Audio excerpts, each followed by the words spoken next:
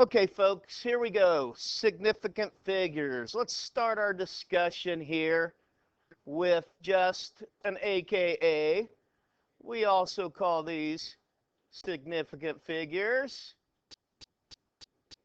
sig figs. So whenever you hear me say you don't have the correct amount of sig figs, this is what we're talking about.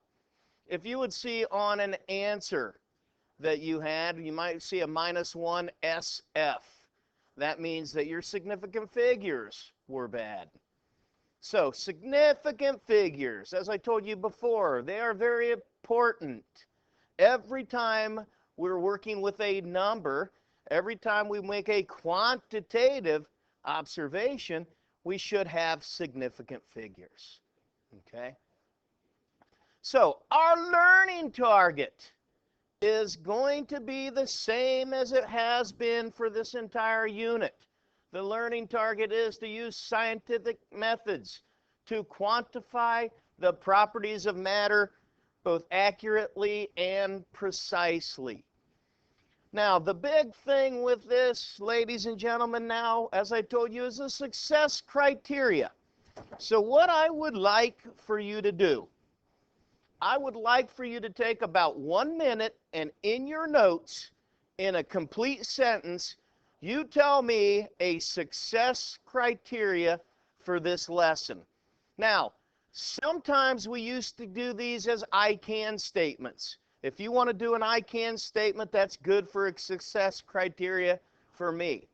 So you could make it an I can statement if you would like. So take a second and you tell me what you need to be able to do to be successful.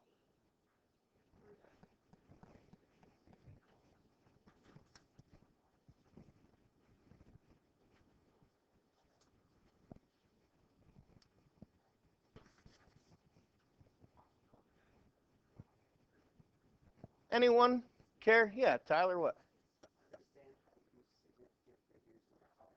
Okay, so Tyler says that the thing he needs to do to be successful is to understand how to use significant figures in a calculation. Is that what you said? Problem, in a problem. Oh, would you agree? You should have had something about significant figures. So let's check my success criteria out here. You should be able to perform calculations using significant figures. Just nice and easy. Now, as we're doing this, folks, we're going to play a little thing that I call around the horn. So we're just going to go through and we're going to answer questions, and everybody's going to play. All right?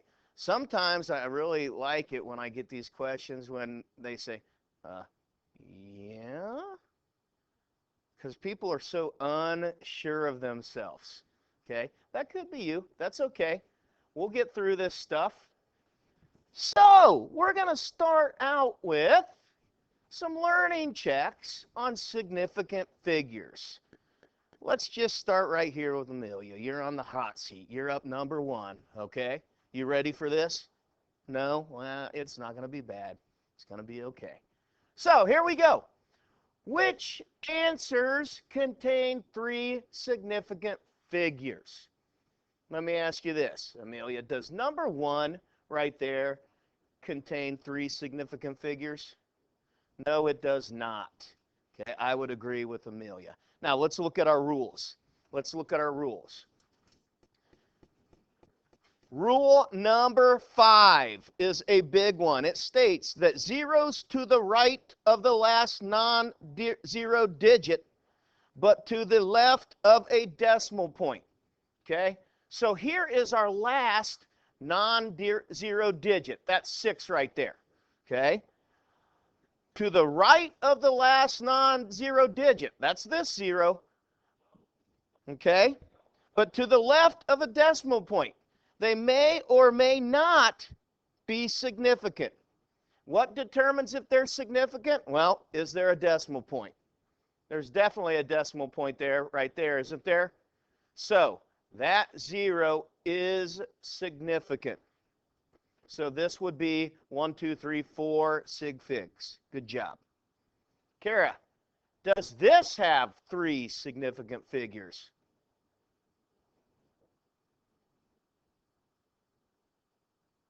Try again. Like only 3.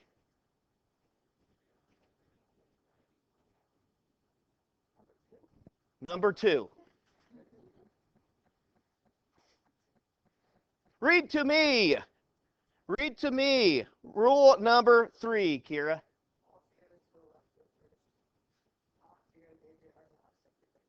Where's my first non-zero digit? That 4, isn't it? Okay. Would this be rule number 3? Those are all to the left of the 4, correct? So how many? Does this have 3 sig figs? Absolutely it does. Good. Excellent. Number 3, Paige. What do you think? Does this have 3 sig figs? Yes, it does. Now, this is back to rule number 5. Rule number 5 stated that zeros to the right of the last non-zero. It depends on whether there is what? A decimal. Do we have a decimal here? We do not. So that 0 right there is not significant. So we have 1, 2, 3 sig figs. All right. Carly H., you're up now. All the zeros are significant in, are all the zeros significant in number 1? Yes or no? No, they are not. Now this guy right here, this guy is significant. That is what we call a sandwich zero. Anytime we have sandwich zeros, they're significant. But once again, this is rule number 3. Left of the last non-zero digit. Those are not significant. We call these guys placeholders. So these 3 zeros are placeholders. That's a sandwich one. So how many sig figs are there total there, Carly H? 3 sig figs. Excellent. Okay, Carly F., you're up on this one. Are these zeros significant? Huh? Okay, read rule number 5. Read it to me. All right, do I have zeros to the right of the last non-zero digit? Yes, I do. Keep going.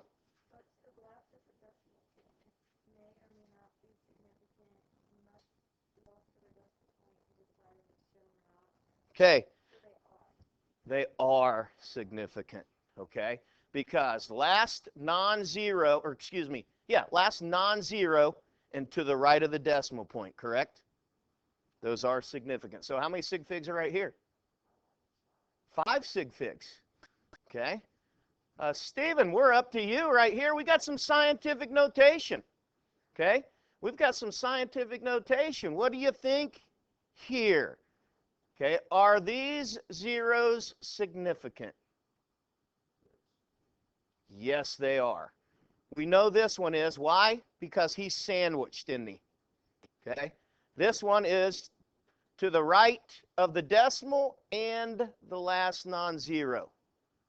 Okay, most of the time, folks, you're going to see if we have a decimal point with figures on scientific notation, they're going to be significant.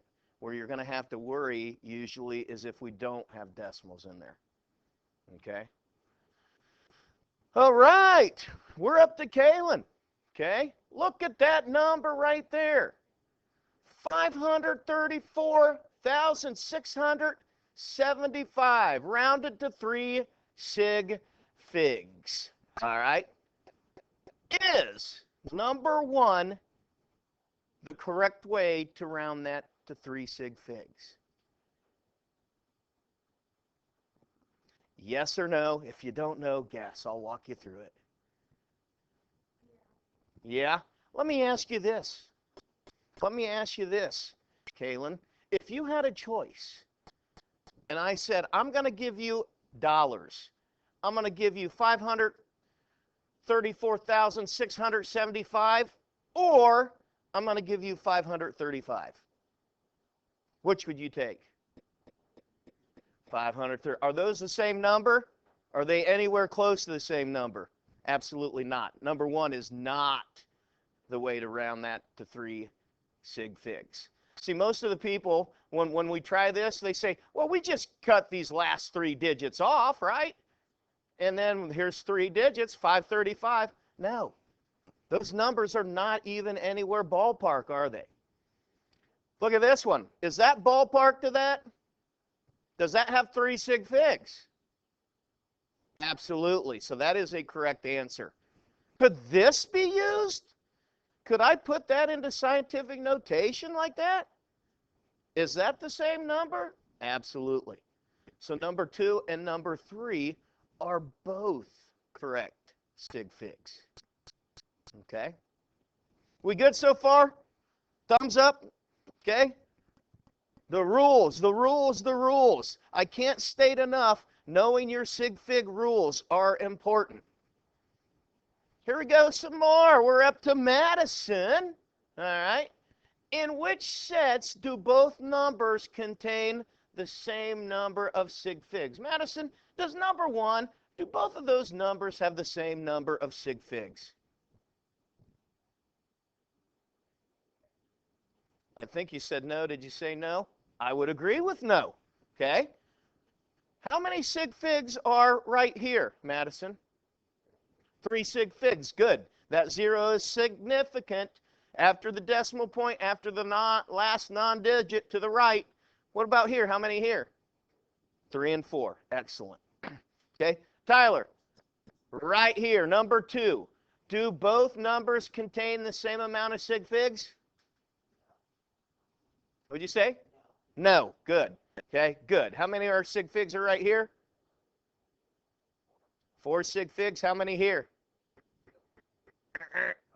1. Is there a decimal there? That 0 is a placeholder. Nice job. 0 is a placeholder. All right, Cody, you are up. This is probably the toughest one here. How many sig figs are right here, Cody? 2. How many sig figs are right here? Let me ask you this question before you say anything, Cody. Do you see a decimal point there? No. So what does that tell you?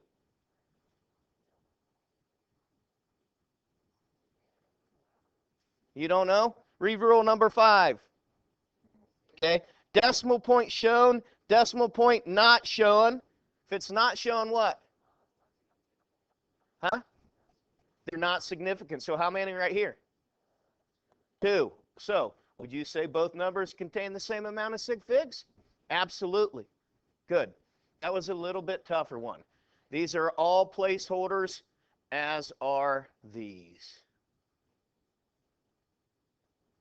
State the number of sig figs. We're to Aiden right here. How many sig figs in letter A there? 1, 2, or 3? 2. Good answer. 2. That one's significant. Those are placeholders. Okay. Amelia, back to you. Letter B, 2, 3, or 4? Good answer. We have a sandwich one, and we have one to the right, to the last non, and to the right of the decimal. 4. Good job.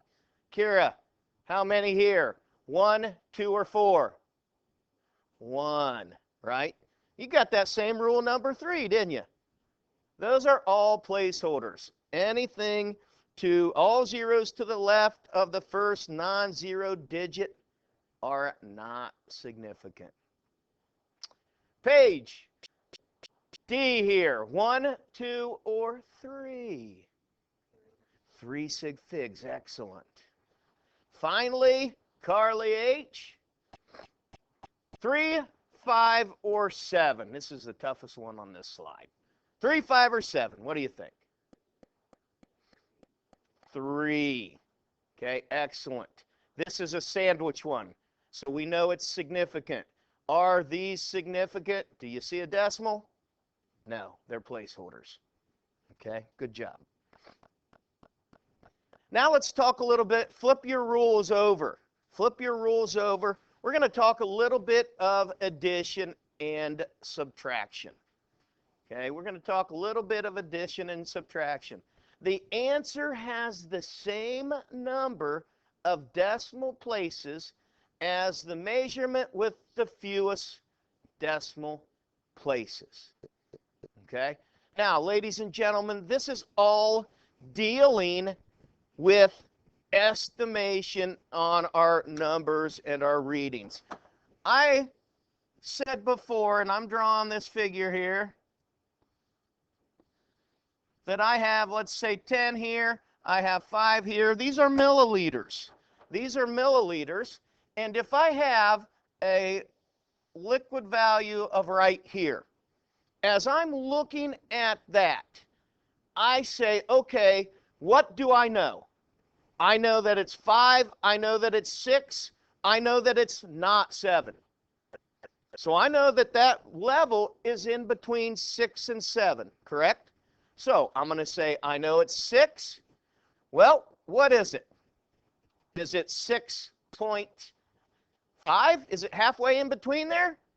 Looks a little bit lower to me, doesn't it? So I'm going to say 6.3 milliliters. Could you have said 6.4? Yeah, because it's all how you and I are estimating where that level is. Now that last digit here, this one here is an estimation. All right? So we have to determine our addition and subtraction where the estimation is at. So when I bring up this next one here,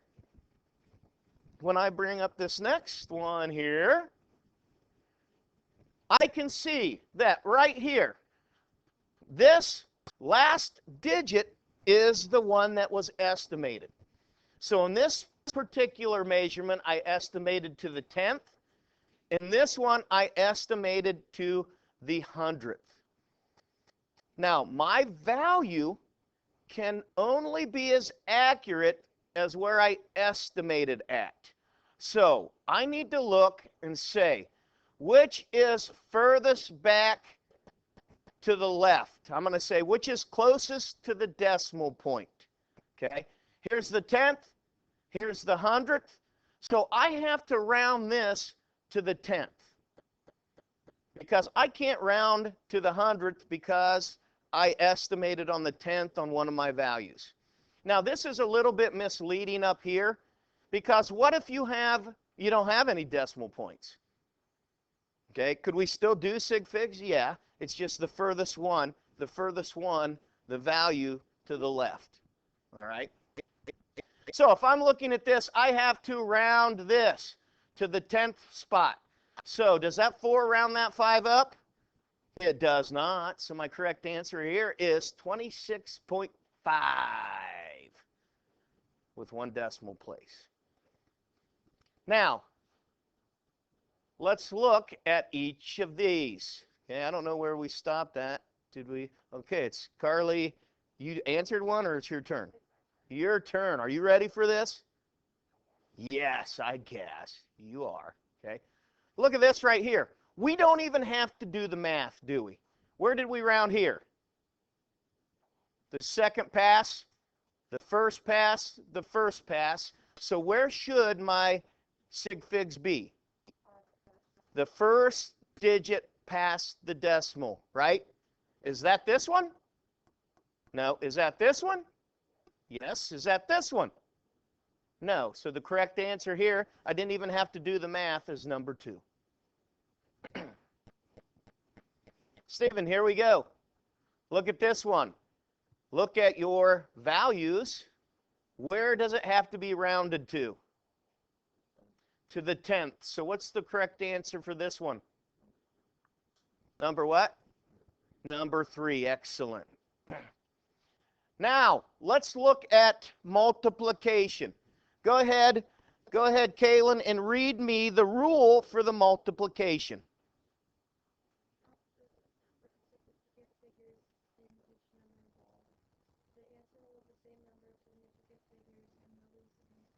All right, so I count the number of each number involved, and then I determine which one is smaller. So I look up here, 219. How many sig figs, Kaylin?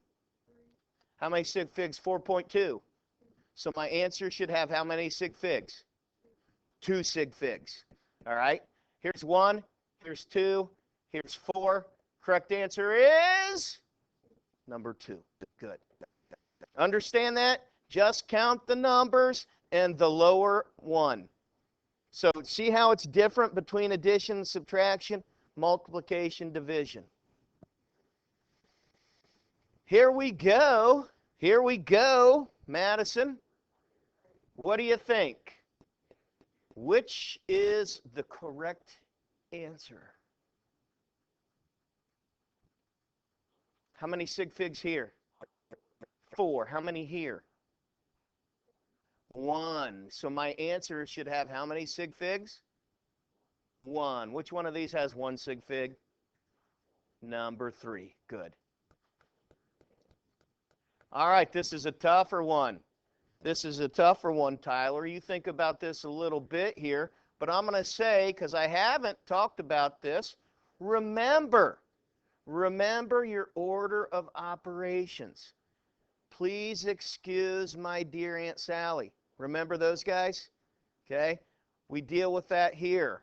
So I am going to do, I don't have parentheses, I don't have exponents, but I have my dear. So I'm going to multiply before I divide. Now this one's a little bit different because you would have to do the math. We're not going to do the math here, Tyler, but you're going to tell me how many sig figs you should have.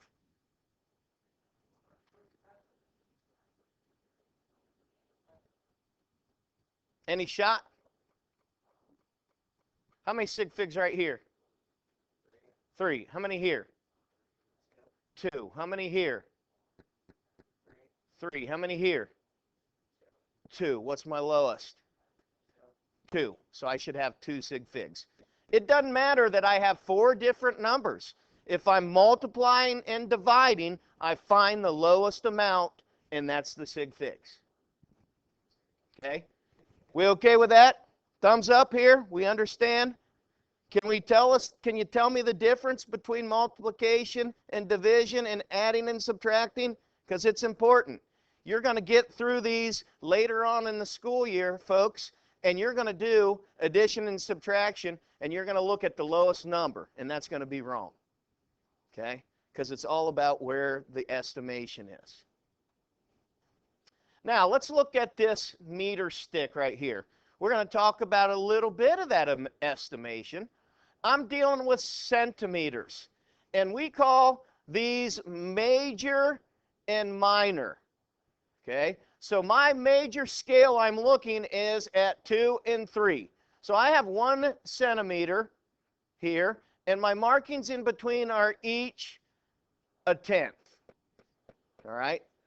So I look at this value and I say, okay, I know that I have at least 2, but I don't have 3 yet, do I? I know I have 2, but I don't have 3. I know I have 2.7, but I don't have 2.8, do I? But I know I've got 2.7. So this next value is where we're going to estimate it. Okay? Where we're going to estimate it. When I look at that, and I'm kind of on an angle here, but you should be able to get in between somewhere 0.04 and 0.06. So if you would have said that's exactly in the middle of that, you would say it is 2.75. Would that be okay? Yeah. Would it be okay if Cody said, no, that's 2.76? Yeah. It's where he is estimating it at. So any one of those values would be acceptable. We're going to go on later on next week, and we're going to talk about uncertainty in measurements. And that's going to give us that range that we're talking about there. How close should we be to those values? Okay? So we'll talk about uncertainty next week. Look at this one right here. Okay? Look at this one right here. Could I label that 9.6?